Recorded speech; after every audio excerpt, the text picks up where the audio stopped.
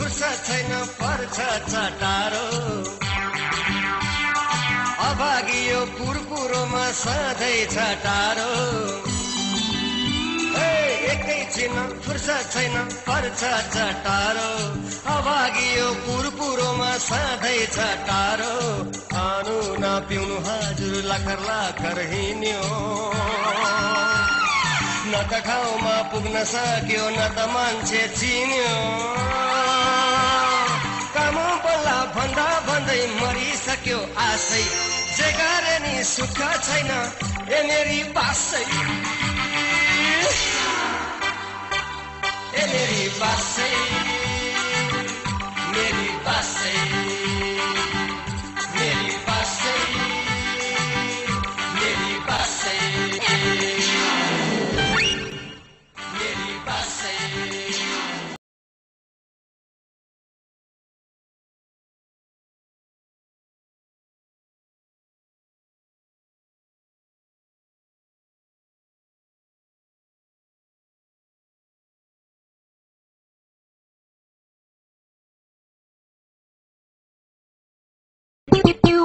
हजुरलाई भेट्न मान्छे आउनु भएको छ राजे बाबा सरकारले भन्छ अब अर्को मन्त्री आउँछ उसैलाई भेट्नु आयो तर सिगानी क्या मान्छेलाई यत्रो पिलो पक्राउँछ भेट्न हुने मान्छे चाहिँ कति लागा नस्कार Excuse me.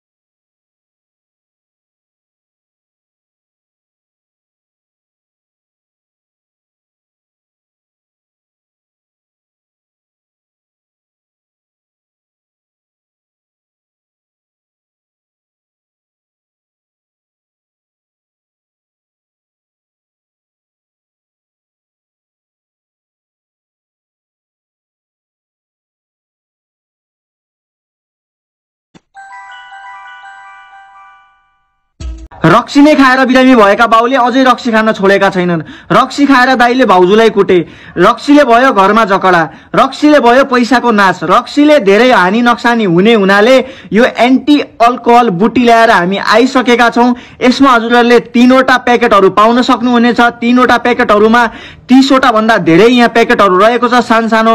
दिनको एउटा प्याकेटले रक्सी खान मन नलाग्नुका साथै यो औषधि सेवन गरिसकेपछि रक्सी खाएमा भोमिट हुने, असन्चो हुने हुनाले यसले 100% काम गर्छ। नेपाल भरि नै होम डेलिभरीको व्यवस्था रहेको छ। अब बुढाले, दाइले, भाइले, कसैले पनि छरछिमेकमा कसैले रक्सी खाए भने रुनु, कराउनु, अरूलाई सुनाउनु भन्दा यो औषधिको सेवन गरी सधैँका लागि रक्सीबाट छुटकारा पाउनुहोस्।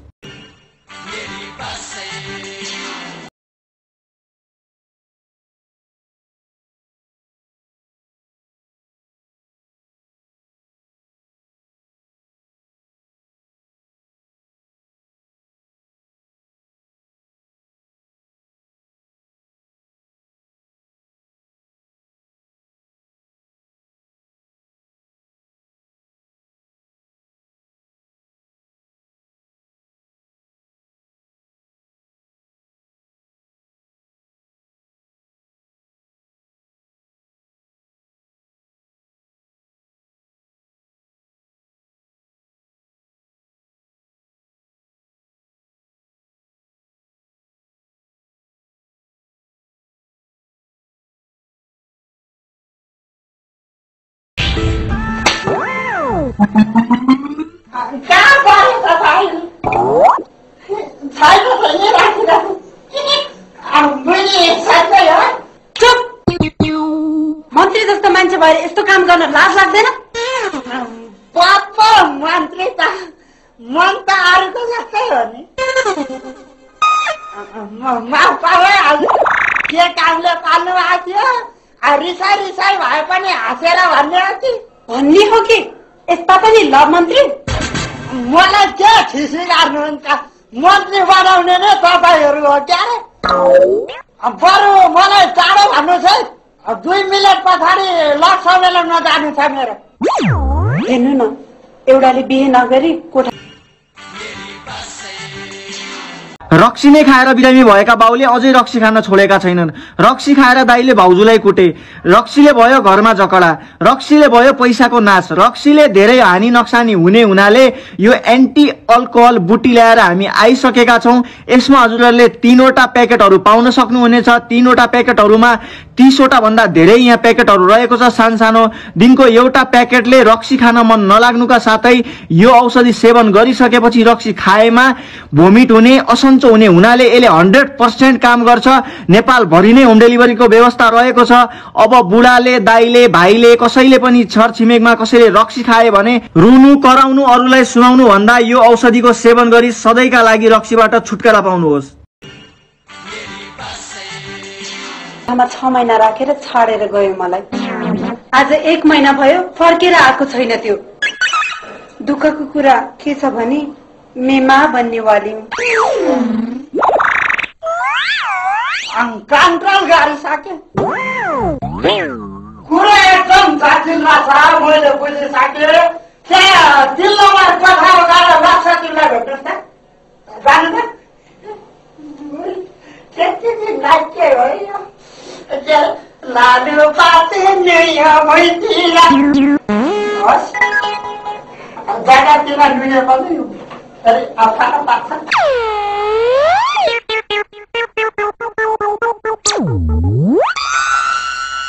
लाइफको मजा लिन जान्नुपर्छ के कान्छे हो। जवानीमा मोज नगरे कहिले गर्ने? यसो क्रोजतिर आउने यार। त्यस्तो यो कान्छे अलि रिसाएर हो कि क्या? के हो? लभ सचिवज्यू नमस्कार। अहिले म एकदम बिजी छु होइन, 1 सेकेन्ड पनि मलाई फुर्सद छैन क्या अहिले। भोलि आउनु सानो छैन होइन कान्छे, यसलाई थाहा छ नि। भोलि कति बजी सर? 13 बजे। डिस्टर्ब गरेको छ, डिस्टर्ब गरेको छ। एकदम इमर्जेन्सीमा